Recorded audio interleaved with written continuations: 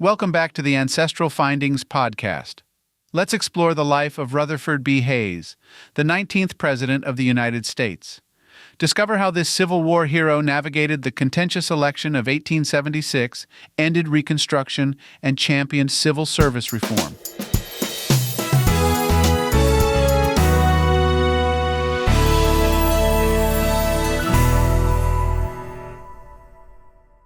Rutherford Burchard Hayes was born on October 4, 1822, in Delaware, Ohio. He was the fifth child of Rutherford Hayes Jr. and Sophia Burchard Hayes. Unfortunately, his father died 10 weeks before Rutherford was born, leaving his mother to raise him and his siblings. Despite the hardships, Sophia Hayes was a determined and resourceful woman who ensured her children received a good education. Hayes's early education took place in common schools and Norwalk Academy in Ohio. He later attended Kenyon College, where he graduated as valedictorian in 1842. Following college, Hayes studied law at Harvard Law School and graduated in 1845. He was admitted to the bar the same year and began practicing law in Lower Sandusky, now Fremont, Ohio.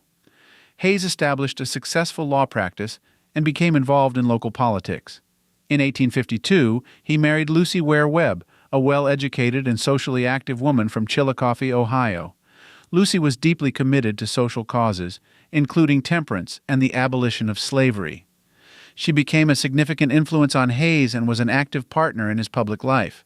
The couple had 8 children, 5 of whom survived to adulthood: Burchard, Webb, Rutherford Platt, Joseph, and Fanny. With the outbreak of the Civil War, Hayes joined the Union Army in 1861, initially as a major in the 23rd Ohio Volunteer Infantry. He served with distinction, participating in several key battles, including the Battle of South Mountain, the Battle of Antietam, and the Siege of Petersburg. Hayes was wounded multiple times and rose to the rank of brevet major general by the end of the war. His military service earned him a reputation for bravery and leadership, which bolstered his political career. After the Civil War, Hayes resumed his law practice and entered politics. He was elected to the U.S. House of Representatives in 1864, where he served 2 terms. During his time in Congress, Hayes was a staunch supporter of Reconstruction policies and civil rights for freed slaves. In 1867, he was elected governor of Ohio, serving 3 terms, 1868 to 1872, 1876 to 1877. As governor, Hayes promoted educational reform, prison reform, and economic development. Hayes was the Republican nominee for president in the highly contentious election of 1876. His opponent was Democrat Samuel J. Tilden. The election results were fiercely disputed, with both parties claiming victory in several states. The electoral vote was so close that it led to a constitutional crisis. To resolve the impasse, Congress established the Electoral Commission, a bipartisan panel tasked with determining the rightful winner. The commission ultimately awarded all disputed electoral votes to Hayes, resulting in a final count of 185 to 184 in his favor. This decision was part of the Compromise of 1877, which effectively ended Reconstruction by promising to withdraw federal troops from the South. Hayes's presidency began under the shadow of the disputed election and the Compromise of 1877. One of his first acts as president was to withdraw federal troops from the remaining occupied southern states, effectively ending Reconstruction. While this move was intended to promote national unity and reconciliation, it also led to the disenfranchisement and oppression of African Americans in the South, as white supremacist groups regained control. Hayes was a strong advocate for civil service reform. He sought to reduce corruption and patronage in government appointments, implementing merit-based systems and competitive exams for federal positions. His efforts laid the groundwork for future civil service reforms, including the Pendleton Civil Service Reform Act of 1883. Hayes faced several economic challenges during his presidency, including the aftermath of the Panic of 1873. He supported measures to stabilize the economy, such as the resumption of the gold standard through the Specie Payment Resumption Act of 1875, which took effect in 1879. Hayes also vetoed the Bland-Allison Act, which called for the free coinage of silver, although Congress overrode his veto. On the domestic front, Hayes advocated for educational improvements and sought to protect the rights of Native Americans. He appointed Carl Schurz as Secretary of the Interior, who implemented policies aimed at reforming the Bureau of Indian Affairs and reducing corruption. Hayes' personal life was marked by his strong partnership with his wife, Lucy. Lucy Hayes was the First Lady to have a college degree, and she was a prominent advocate for social causes, including temperance. Her influence earned her the nickname Lemonade Lucy due to her support for banning alcohol from the White House. Together, they were known for their warm hospitality and commitment to public service. Hayes was known for his integrity, honesty, and commitment to principle. He refused to seek a second term, adhering to his pledge to serve only one term as president. His decision to retire from politics after his presidency was in keeping with his belief in the importance of citizen leadership and his desire to return to private life. After leaving the White House in 1881, Hayes retired to his estate, Spiegel Grove, in Fremont, Ohio. He remained active in public affairs, advocating for educational reform and veterans' welfare.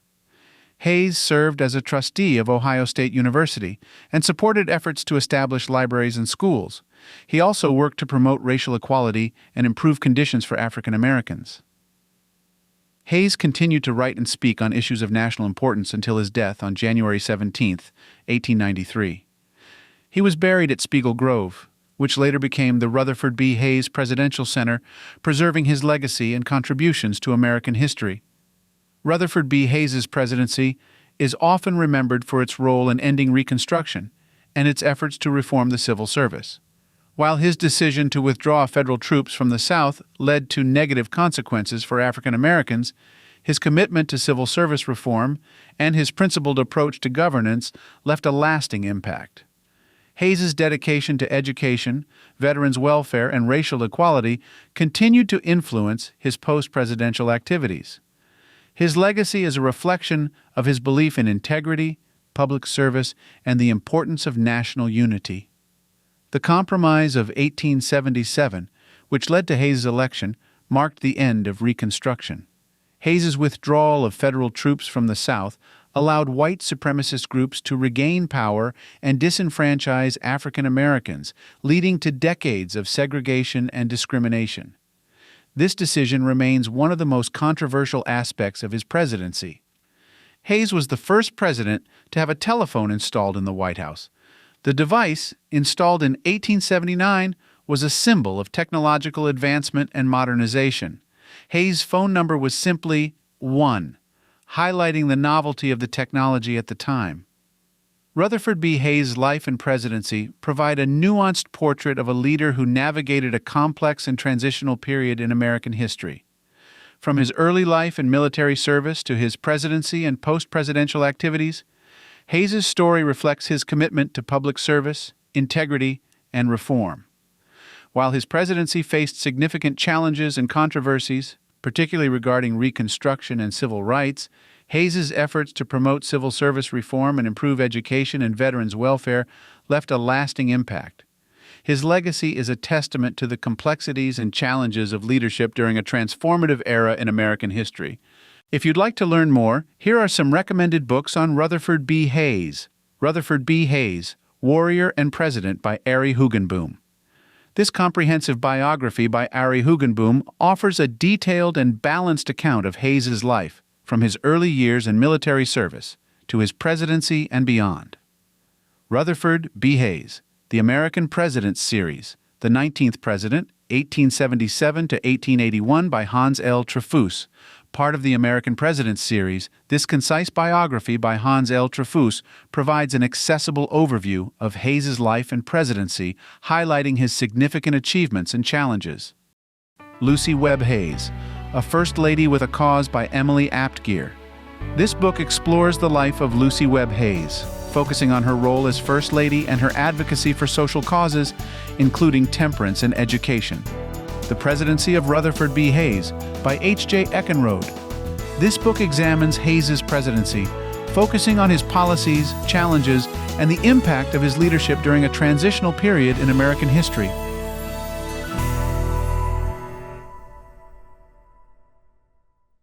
Thanks for listening to the Ancestral Findings podcast.